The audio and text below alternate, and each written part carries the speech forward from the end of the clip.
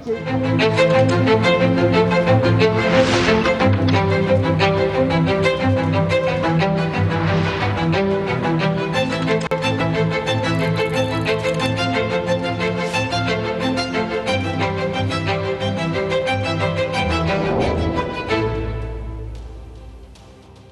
प्यारे देशवासियों, नमस्कार।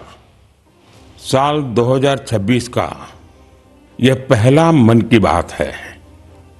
कल 26 जनवरी को हम सभी गणतंत्र दिवस का पर्व मनाएंगे। इसी दिन हमारा संविधान लागू हुआ था। 26 जनवरी का ये दिन हमें अपने संविधान निर्माताओं को नमन करने का अवसर देता है। आज 25 जनवरी का दिन भी बहुत अहम है। आज नेशनल वोटर्स डे है, मतदाता दिवस है। मतदाता ही लोकतंत्र की आत्मा होता है। साथियों, आमतौर पर जब कोई 18 साल का हो जाता है, मतदाता बन जाता है, तो उसे जीवन का एक सामान्य पड़ाव समझा जाता है। लेकिन दरअसल ये अवसर किसी भी भारतीय के जीवन का बहुत बड़ा माइलस्टोन होता है।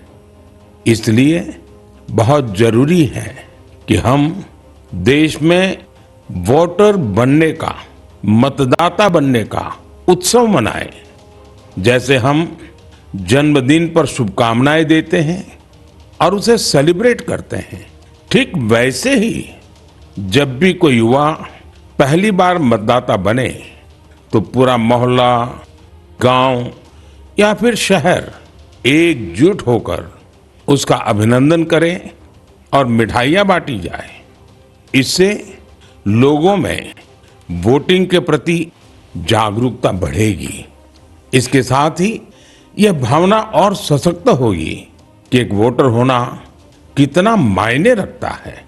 साथियों, देश में जो भी लोग चुनावी प्रक्रिया से जुड़े रहते हैं, जो हमारे लोकतंत्र को जीवंत बनाए रखने के लिए जमीनी स्तर पर काम करते हैं, मैं उन सभी की बहुत सराहना करना चाहूंगा। आज मतदाता दिवस पर मैं अपने युवा साथियों से फिर आग्रह करूंगा कि वे 18 साल का होने पर वोटर के रूप में खुद को जरूर रजिस्टर करें। संविधान ने हर नागरिक से जिस कर्तव्य भावना के पालन की अपेक्षा रखी है, इससे वो अपेक्षा भी पूरी होगी और भारत का लोकतंत्र भी मजबूत होगा।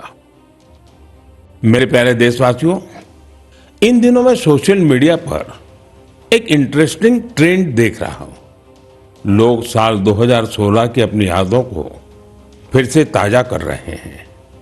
उसी भावना के साथ आज मैं भी आपके साथ अपनी एक मेमोरी को शेयर करना चाहता हूं। 10 साल पहले जनवरी 2016 में हमने एक एम्बिशियस जर्नी की शुरुआत की थी। तब हमें इस बात का एहसास था कि भले ही एक छोटा क्यों न हो, लेकिन ये युवा पीढ़ी के लिए, देश के फ्यूचर के लिए काफी अहम है। तब कुछ लोग ये समझ ही नहीं पाए थे कि आखिर है क्या। साथियों, मैं जिस जर्नी की बात कर रहा हूं वह है स्टार्टअप इंडिया की जर्नी। इस अद्भुत जर्नी के हीरो हमारे युवा साथी हैं। अपने कंफर्ट जोन से बाहर निकलकर उन्होंने जो इनोवेशन किए वो इतिहास में दर्ज हो रहे हैं।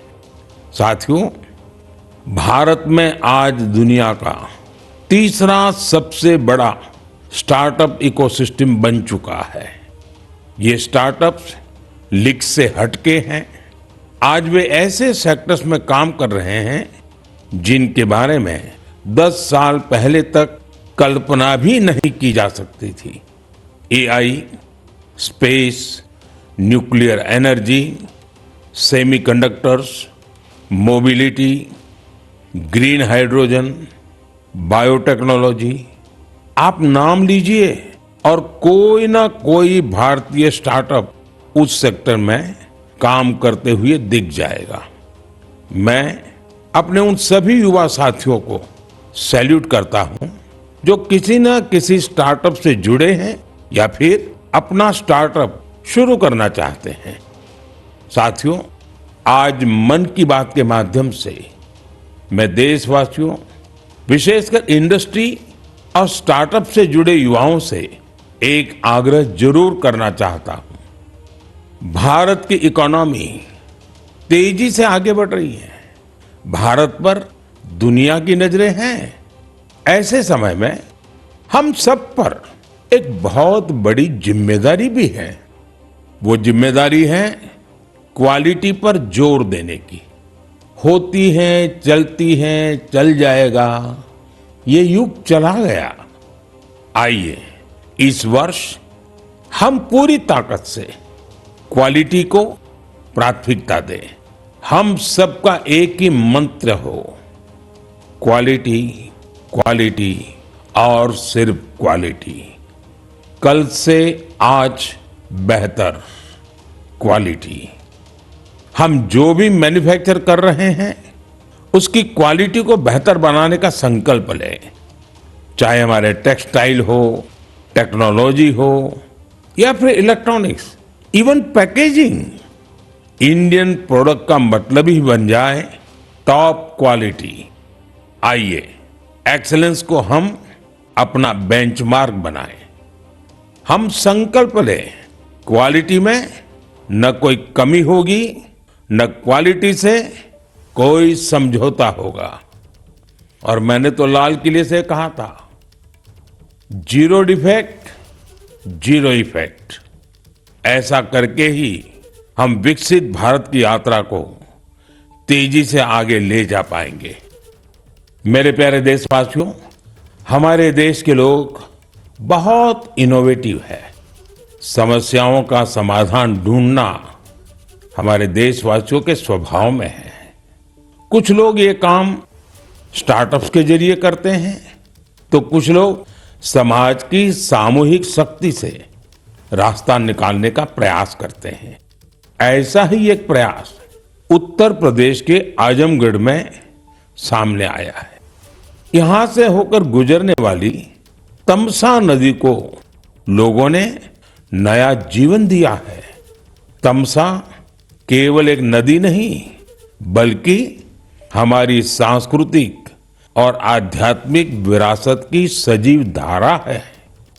अयोध्या से निकलकर गंगा में समाहित होने वाली यह नदी कभी इस क्षेत्र के लोगों के जनजीवन की धुरी हुआ करती थी, लेकिन प्रदूषण की वजह से इसकी अविरल धारा में रुकावट आने लगी थी।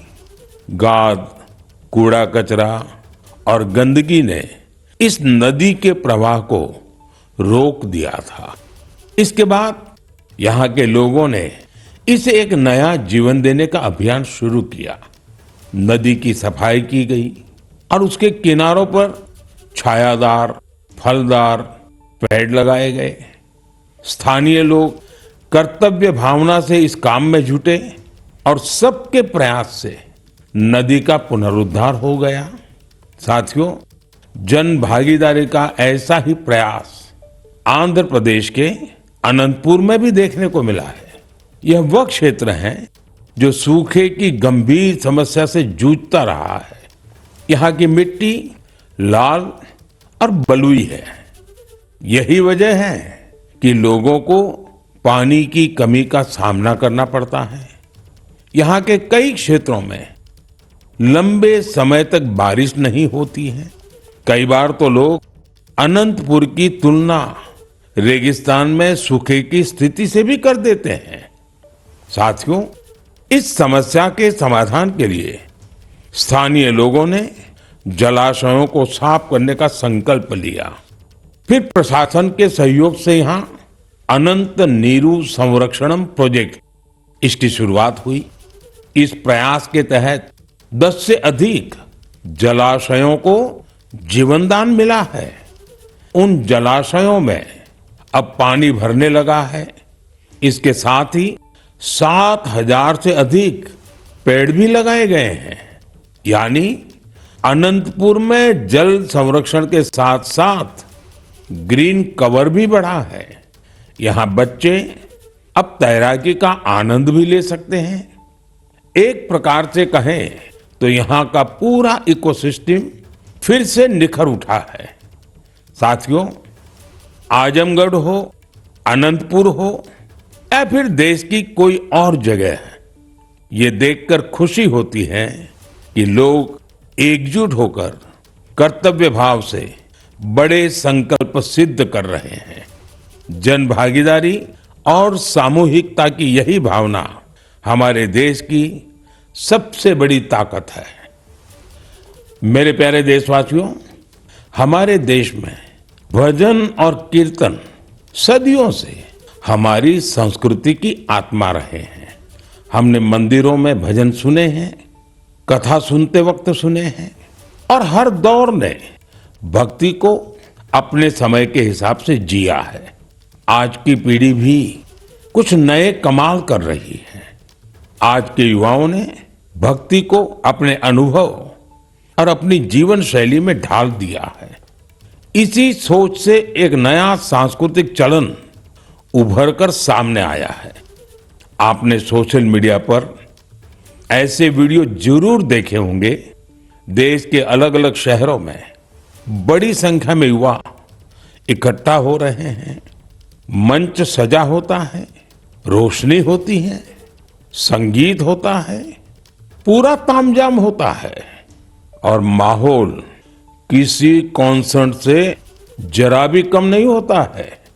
ऐसा ही लग रहा है कि जैसे कोई बहुत बड़ा कॉन्सर्ट हो रहा है।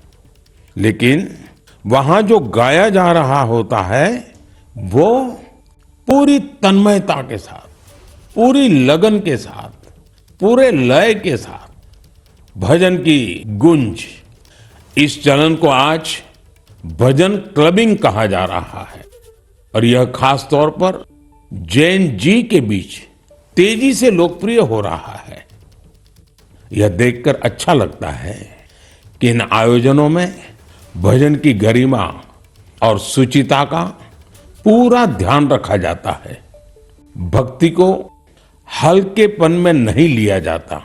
न शब्दों की मर्यादा टूटती है और न ही भाव की। मंच आधुनिक हो सकता है, संगीत की प्रस्तुति अलग हो सकती है, लेकिन मूल भावना वही रहती है। आध्यात्म का एक निरंतर प्रवाह वहां अनुभव होता है। मेरे प्यारे देशवासियों, आज हमारी संस्कृति और त्योहार दुनिया भर में अपनी पहचान बना रहे हैं। दुनिया के हर कोने में भारत के त्योहार बड़े उत्साह और उल्लास के साथ मनाए जाते हैं। हर तरह की कल्चरल वाइब्रेंसी को बनाए रखने में हमारे भारतवंशी भाई बहनों का अहम योगदान है। वो जहां भी हैं वहां अपनी संस्कृति की मूल भावना को संरक्षित कर और उसे आगे बढ़ा रहे हैं। इसको लेकर मलेशिया में भी हमारा भारतीय समुदाय बहुत सराहनीय कार्य कर रहा है। आपको यह जानकर सुखद आश्चर्य होगा कि मलेशिया में 500 से ज्यादा तमिल स्कूल है। इनमें तमिल भाषा की पढ़ाई के साथ ही अन्य विषयों को भी तमिल में पढ़ाया जाता है।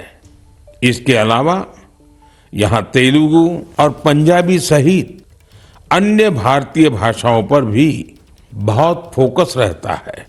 साथियों, भारत और मलेशिया के बीच ऐतिहासिक और सांस्कृतिक संबंधों को मजबूत करने में एक सोसाइटी की बड़ी भूमिका है। इसका नाम है मलेशिया इंडिया हेरिटेज सोसाइटी।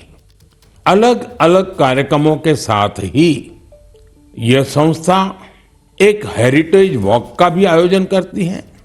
इसमें दोनों देशों को आपस में जोड़ने वाले सांस्कृतिक स्थलों को कवर किया जाता है। पिछले महीने मलेशिया में लाल पाड़ साड़ी आइकॉनिक वॉक इसका आयोजन किया गया। इस साड़ी का बंगाल की हमारी संस्कृति से विशेष नाता रहा है।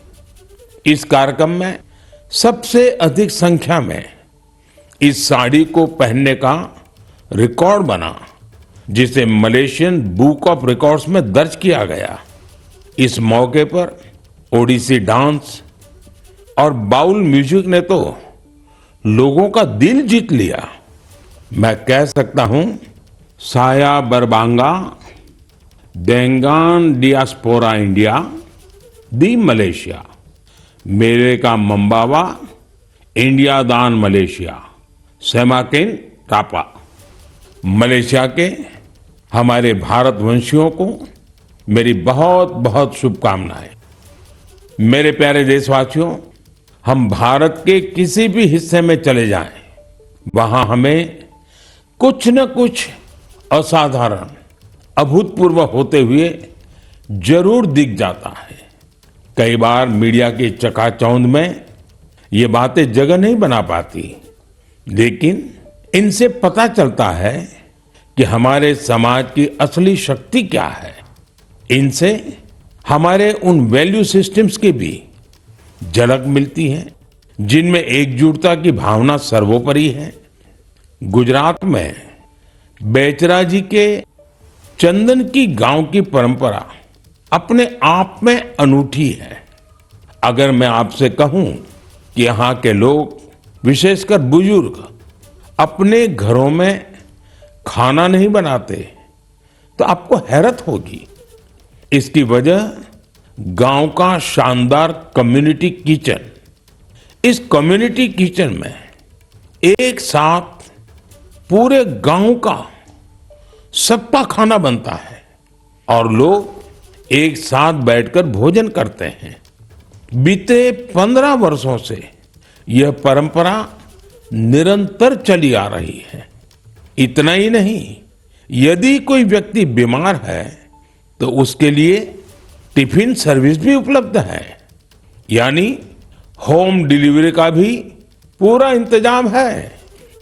गांव का ये सामूहिक भोजन लोगों को आनंद से भर देता है।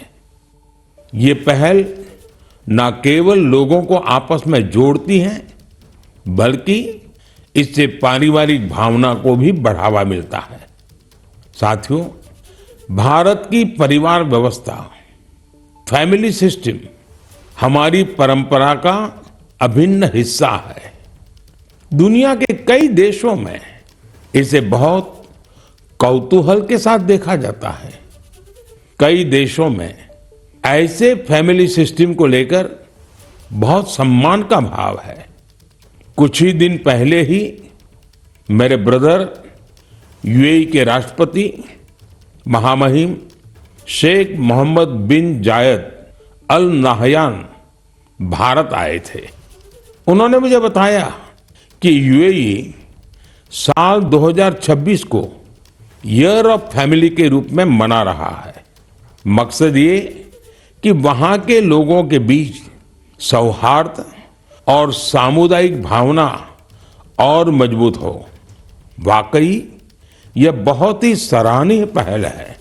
साथियों, जब परिवार और समाज की ताकत मिलती है तो हम बड़ी से बड़ी चुनौतियों को परास्त कर सकते हैं।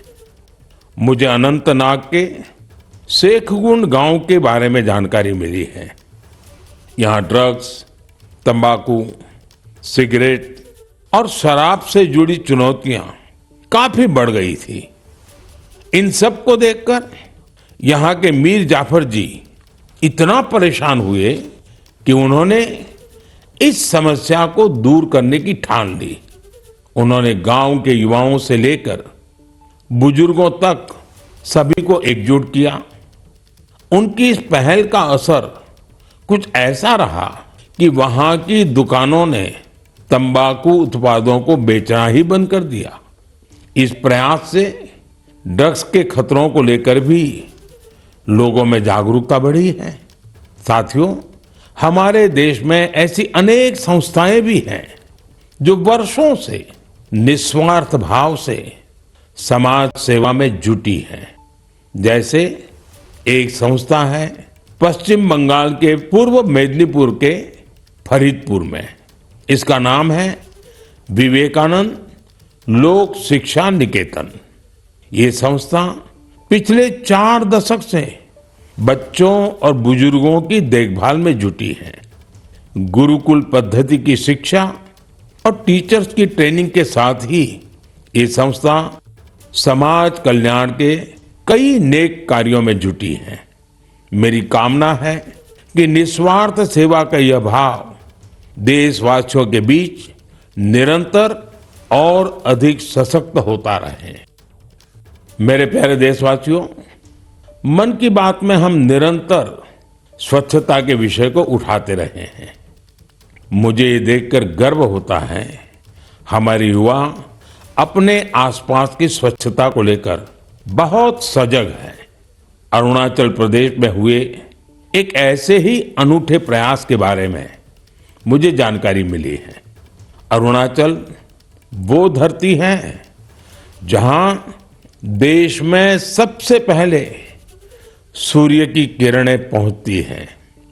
यहां लोग जय हिंद कहकर एक दूसरे का अभिवादन करते हैं। यहां ईटानगर में युवाओं का समूह उन हिस्सों की सफाई के लिए एकजुट हुआ जिन पर ज्यादा ध्यान देने की जरूरत थी।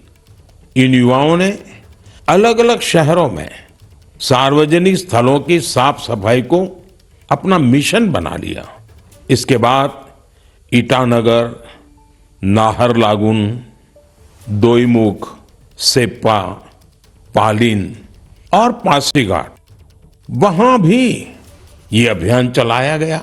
ये युवा अब तक करीब 11 लाख किलो से अधिक कचरे की सफाई कर चुके हैं।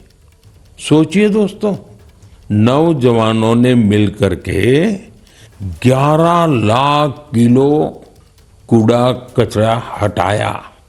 साथियों, एक और उदाहरण असम का है। असम के नागांव में वहां की पुरानी गलियों से लोग भावनात्मक रूप से जुड़े हैं। यहां कुछ लोगों ने अपनी गलियों को मिलकर साफ करने का संकल्प लिया। धीरे धीरे उनके साथ और लोग जुड़ते गए। इस तरह एक ऐसी टीम तैयार हो गई जिसने गलियों से बहुत सारा कचरा हटा दिया। साथियों, ऐसा ही एक प्रयास बेंगलुरु में हो रहा है।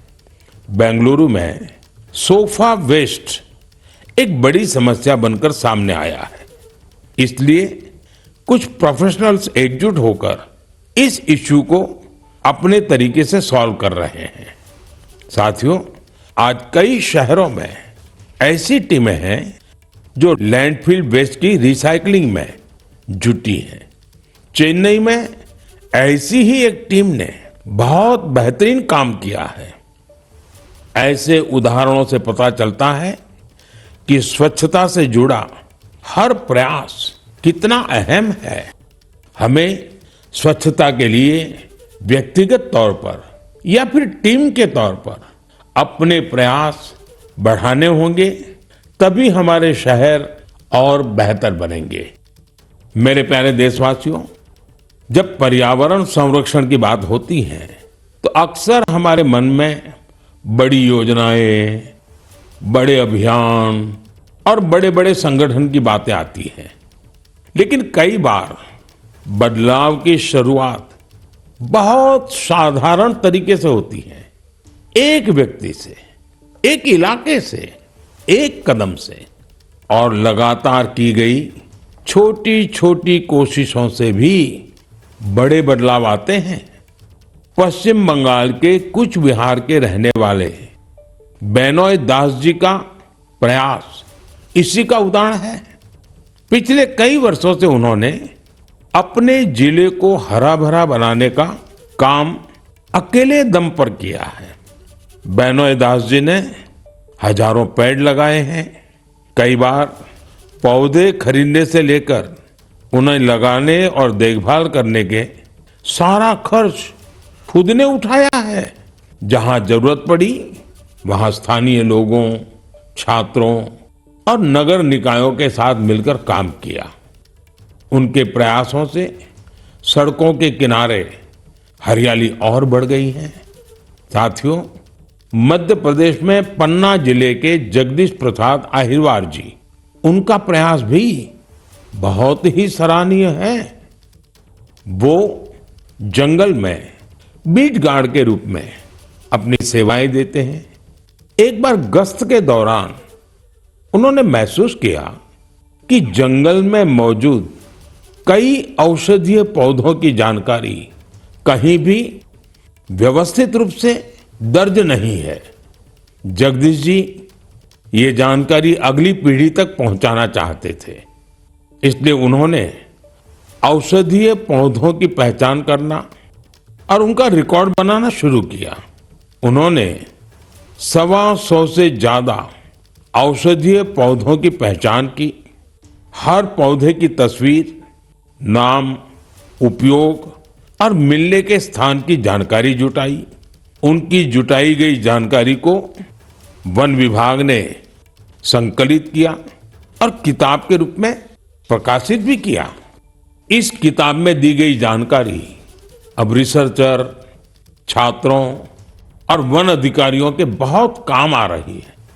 साथियों, पर्यावरण संरक्षण की यही भावना आज बड़े स्तर पर भी दिखाई दे रही है।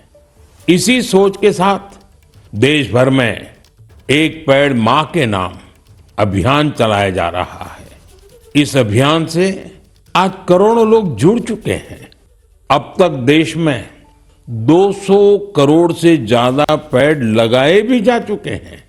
ये बताता है कि पर्यावरण संरक्षण को लेकर अब लोग ज्यादा जागरूक हैं और किसी न किसी रूप में अपना योगदान देना चाहते हैं। मेरे प्यारे देशवासियों, मैं आप सभी की एक और बात के लिए बहुत सराहना करना चाहता हूं। वजह है मिलेट्स, यानी श्री अन्न। मुझे ये देखकर खुशी है कि श्री अन्न के प्रति देश के लोगों का लगाव निरंतर बढ़ रहा है। वैसे तो हमने 2023 को मिलेट ईयर घोषित किया था, लेकिन आज 3 साल बाद भी इसको लेकर देश और दुनिया में जो पैशन और कमिटमेंट है वो बहुत उत्साहित करने वाला है। साथियों, तमिलनाडु के कल्लकुरिची जिले में महिला किसानों का एक समूह प्रेरणा स्रोत बन गया है। यहाँ के पेरिया पालयम मिलेट एफपीसी से लगभग 800 महिला किसान जुड़ी हैं। मिलेट्स की बढ़ती लोकप्रियता को देखते हुए इन महिलाओं ने मिलेट प्रोसेसिंग यूनिट की स्थापना की। अब वो मिलेट से बने उत्पादों को सीधे बाजार तक पहुंचा रही हैं। साथियों, राजस्थान के रामसर में भी किसान श्री अन्न को लेकर इनोवेशन कर रहे हैं। यहाँ के Ramsar organic farmer producer company से 900 से अधिक किसान जुड़े हैं। ये किसान मुख्य रूप से बाजरे की खेती करते हैं। यहाँ बाजरे को प्रोसेस करके रेडी टू ईट लड्डू तैयार किया जाता है। इसकी बाजार में बड़ी मांग है। इतना ही नहीं साथियों, मुझे तो ये जानकर खुशी होती है आजकल कई मंदिर ऐसे हैं जो अपने प्रसाद में सिर्फ मिलेट्स का उपयोग करते हैं। मैं उन मंदिर के सभी व्यवस्थापकों का हृदय से अभिनंदन करता हूं उनकी इस पहल के लिए। साथियों, मिलेट्स श्री अन्न से अन्नदाताओं की कमाई बढ़ने के साथ ही लोगों की हेल्थ में भी सुधार की गारंटी बनता जा रहा है।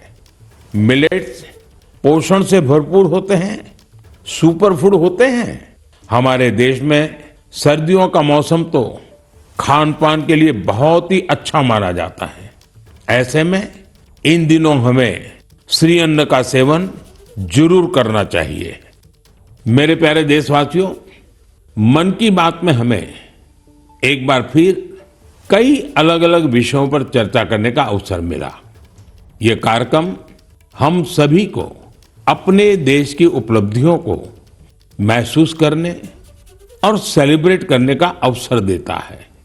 फरवरी में ऐसा ही एक और अवसर आ रहा है। अगले महीने इंडिया एआई इम्पैक्ट समिट होने जा रही है। इस समिट में दुनिया भर से, विशेषकर टेक्नोलॉजी के क्षेत्र से जुड़े एक्सपर्ट भारत आएंगे। यह सम्मेलन एआई की दुनिया में भारत की प्रगति और उपलब्धियों को भी सामने लाएगा। मैं इसमें शामिल होने वाले हर किसी का हृदय से अभिनंदन करता हूं। अगले महीने मन की बात में इंडिया एआई इम्पैक्ट समिट पर हम जरूर बात करेंगे। देशवासियों की कुछ अन्य उपलब्धियों की भी चर्चा करेंगे। तब तक के लिए मुझे मन की बात में विदा दीजिए। कल के गणतंत्र दिवस के लिए एक बार फिर आप सभी को मेरी बहुत बहुत शुभकामनाएं। धन्यवाद।